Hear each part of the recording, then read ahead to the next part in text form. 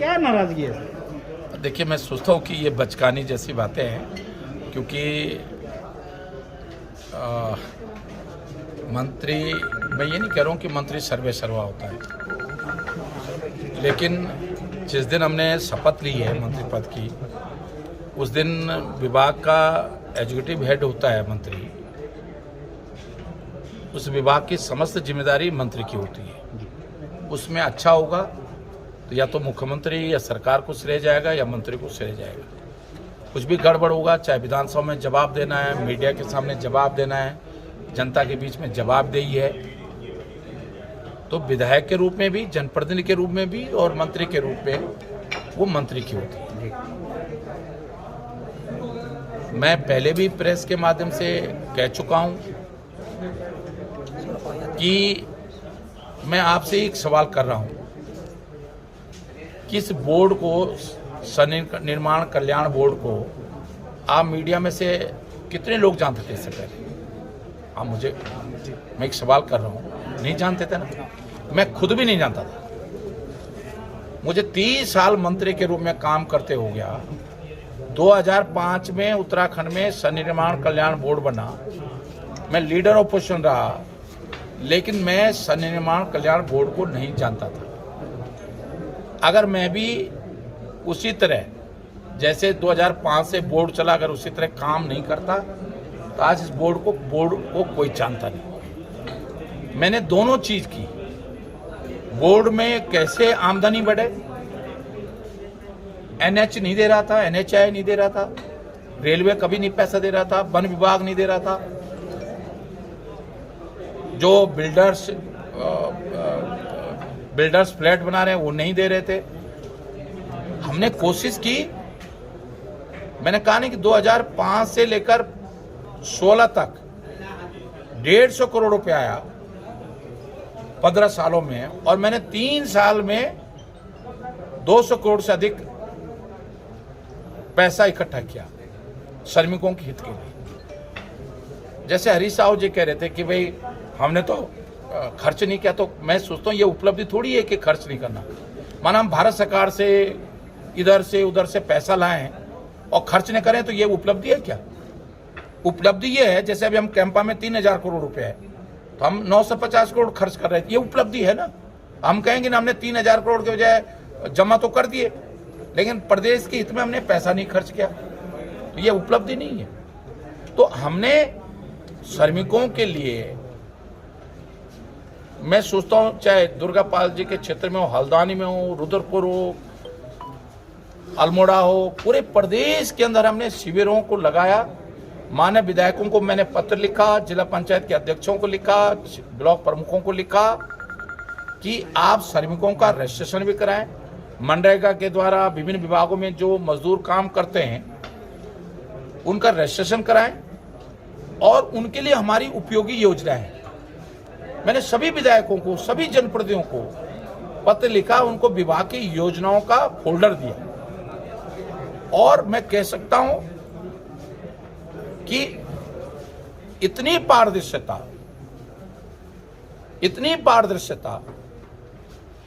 हमने अपनाई है। और पूर्व मुख्यमंत्री त्रिवेंद्र रावत जी, साइकिल वितरण का कार्यक्रम हरबंस कपूर जी के क्षेत्र में, आपको ध्यान होगा, मीडिया भी था, सबसे पहले साइकिल वितरण का कार्यक्रम हमने शुभारंभ वहां से किया था। हरबंस कपूर जी के क्षेत्र में त्रिवेंद्र रावत जी के हाथों किया था। और उस समय पिछली सरकार में दी गई साइकिलों की गुणवत्ता और हमारी सरकार में दी गई साइकिलों की गुणवत्ता में जमीन आसमान कम था। दूसरा, हमने प्रदेश की किसी संस्था से काम नहीं दिया। भारत सरकार की जो संस्थाएं, भारत सरकार के जो कॉर्पोरेशन उत्तराखंड सरकार में इनपैनल्ड थे नियोजन विभाग के द्वारा, और जो देश के विभिन्न प्रदेशों में किसी क्षेत्र में काम कर रहे थे, हमने उन एजेंसियों को, क्योंकि बीओसीडब्ल्यू के पास चेयरमैन के अलावा और सेक्रेटरी के अलावा कोई पद ही नहीं है, ढांचे में कोई पद ही नहीं है, तो इसलिए टेंडर और सारी प्रक्रिया में संभव नहीं था। इसलिए हमने भारत सरकार के एजेंसी को काम दिया, उनके साथ एग्रीमेंट किया, उन्होंने ई टेंडरिंग की ये उनकी जिम्मेदारी है। अगर उन्होंने माना टेंडर की प्रक्रिया में कोई गड़बड़ हुई है तो ये उनकी जिम्मेदारी, उन एजेंसी की जिम्मेदारी है, हमारी जिम्मेदारी नहीं है। जब सामान हमारे लेबर विभाग के assistant labour commissioner, deputy labour commissioner या इंस्पेक्टर ने रिसीव कर दिया, वाउचर पे रिसीव कर दिया, तब उस कंपनी ने, भारत सरकार की उस कंपनी ने हमारे इंस्पेक्टर के द्वारा साइकिलों की रिसीविंग के आधार पर, वाउचर पर रिसीविंग के आधार पर बिल जनरेट करके हमको भेजा, बोर्ड को भेजा, तब बोर्ड ने उसका पेमेंट किया एकदम पारदर्शिता। और जहां तक वो 20 करोड़ मेडिकल कॉलेज के लिए बात है, वो तो त्रिवेंद्र राव जी, ये तो सत्याल को ये पूछना चाहिए जो अध्यक्ष इस बात को कह रहे हैं सीबीआई की जांच, तो क्या वो त्रिवेंद्र राव जी के खिलाफ सीबीआई की जांच की मांग कर रहे हैं? मैं आज ये सवाल उनसे कर रहा हूं क्योंकि त्रिवेंद्र रावत जी मुख्यमंत्री रहते हुए कोटद्वार को, मेडिकल कॉलेज को 50 करोड़ देने की स्वीकृति, मैंने नोट लिखा। मैं तो विधायक हूं कोटद्वार से, मैं कोटद्वार मेडिकल कॉलेज बनाने के लिए हर तरीका अपनाऊंगा, और वो मैं अपने लड़की की शादी के लिए, अपने घर के लिए नहीं कर रहा हूं। कोटद्वार और पूरे पौड़ी जनता के लिए मेडिकल कॉलेज, और इस कोरोना महामारी में अगर कोटद्वार में मेडिकल कॉलेज होता, जैसे मैंने दून मेडिकल कॉलेज बनाने के लिए एफर्ट्स किए, उसी तरह कोटद्वार मेडिकल कॉलेज बनाने के लिए मैं एफर्ट्स कर रहा था। मैंने नोट लिखा, मुख्यमंत्री ने उसको अनुमोदन किया, शासनादेश जारी हुआ।